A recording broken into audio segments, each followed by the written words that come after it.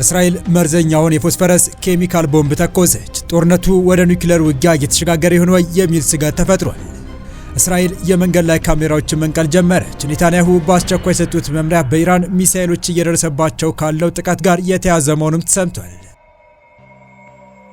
ያለ እስራኤል ስምምነት ጦርነቱን ማስቆም አልችልም ትራምፕ፣ የጠላት ክንድ እስኪዝል ድረስ እንዋጋለን ኢራን።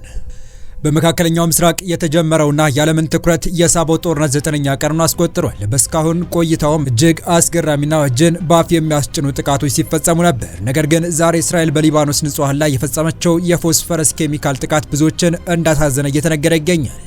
ይህ እስራኤል የተጠቀመችው መርዘኛው ኬሚካል በዓለም አቀፍ ሕግ የተከለከለ መሆኑ ደግሞ በአንዳንድ አካላት ዘንድ ቁጣንም ቀስቅሷል። እንመለስበታለን። በተያያዘ ደግሞ የኢራን የውጭ ጉዳይ ሚኒስቴር የንጹሃን ሞት እስካልቆመ ድረስ መዋጋታችንን እንቀጥላለን ሲሉ፣ ትራምፕ ደግሞ ኔታንያሁ ካልፈለጉ ጦርነቱ ብቻዬን ማስቆም አልችልም ማለታቸው ጦርነቱ ተባብሶ ሊቀጥል እንደሚችል አመላካች ተደርጓል።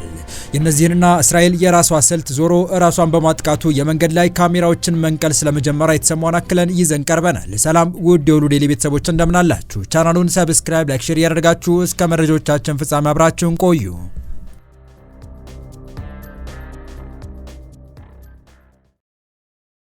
እስራኤል መርዘኛውን የፎስፈረስ ኬሚካል ቦምብ ተኮሰች። ድርጊቱ በርካቶችን ያስቆጣ ሲሆን ጦርነቱ ወደ ኒውክሌር ውጊያ እየተሸጋገረ ይሆን ወይ የሚል ስጋት ተፈጥሯል። እስራኤል በሰፈራ መንደሮች ላይ ነጭ ፎስፈረስ መርጨቷ ተረጋገጠ። በመላው ዓለም ከፍተኛ ተቃውሞን የቀሰቀሰው አዲስ መረጃ ይፋ ሆኗል። ታዋቂው የሰብአዊ መብቶች ተሟጋች ድርጅት ሂውማን ራይትስ ባደረገው ጥልቅ ምርመራ የእስራኤል ጦር በደቡብ ሊባኖስ በሚገኘው የሁሞር መንደር ውስጥ በሚኖሩ ሲቪሎች ላይ ዓለም አቀፍ ሕግን የጣሰ የነጭ ፎስፈረስ ጥቃት መፈጸሙን አረጋግጧል። ይህ አስከፊ ድርጊት የተፈጸመው የካቲት 4 ቀን 2026 ሲሆን ድርጅቱ በሰባት የተለያዩ ምስሎች የታገዘ ማረጋገጫ መረጃ አቅርቧል። ሂውማን ራይትስ ሰዎች በዚህ ወር መጀመሪያ ላይ እስራኤል በደቡብ ሊባኖስ በሚገኙ መኖሪያ መንደሮች ውስጥ ነጭ ፎስፈረስ መጠቀሟን የሚያሳይ ማስረጃ ማግኘቱን ገልጿል።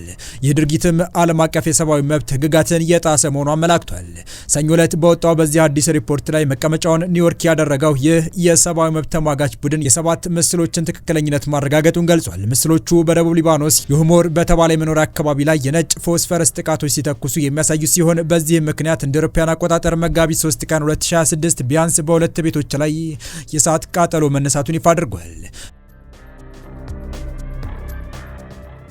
በሂውማን ራይትስ ዎች የሊባኖስ ተመራማሪ የሆኑት ራምዚ ካይስ የእስራኤል ጦር በመኖሪያ አካባቢዎች በህገወጥ መንገድ ነጭ ፎስፈረስ መጠቀሙ እጅግ አሳሳቢ ከመሆኑም በላይ በሰላማዊ ሰዎች ላይ አስከፊ መዘዝ ያስከትላል ብሏል።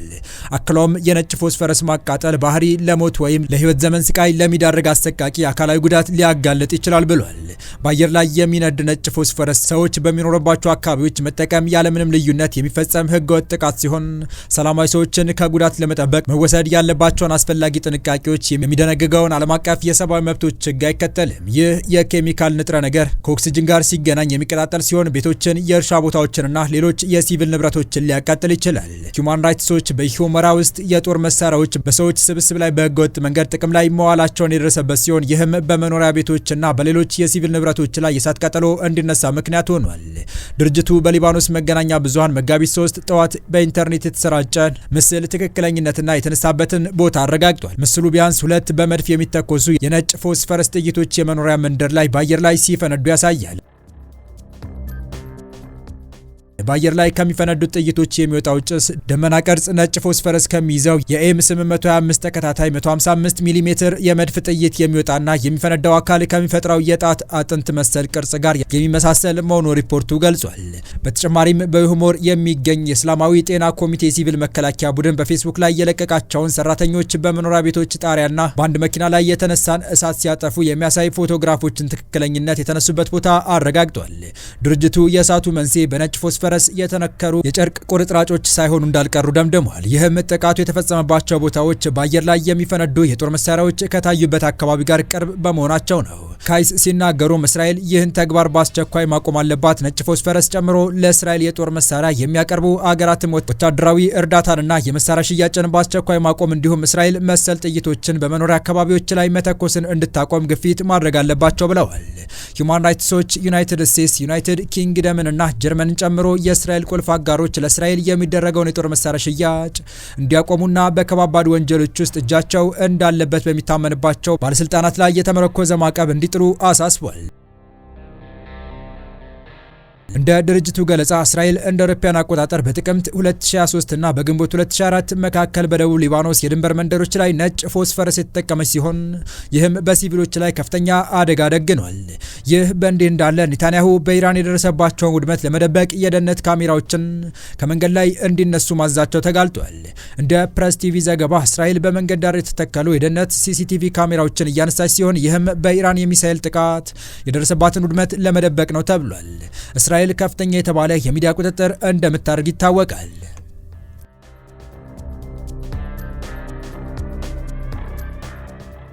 በቀጣይ መረጃ የኢራን ውጭ ጉዳይ ሚኒስቴር የንጹሃን ሞት እስካልቆመ ድረስ መዋጋታችንን እንቀጥላለን ሲሉ ትራምፕ በበኩላቸው ኔታንያሁ ካልፈለጉ ጦርነቱን ብቻዬን ማስቆም አልችልም ማለታቸው አነጋጋሪ ሆኗል።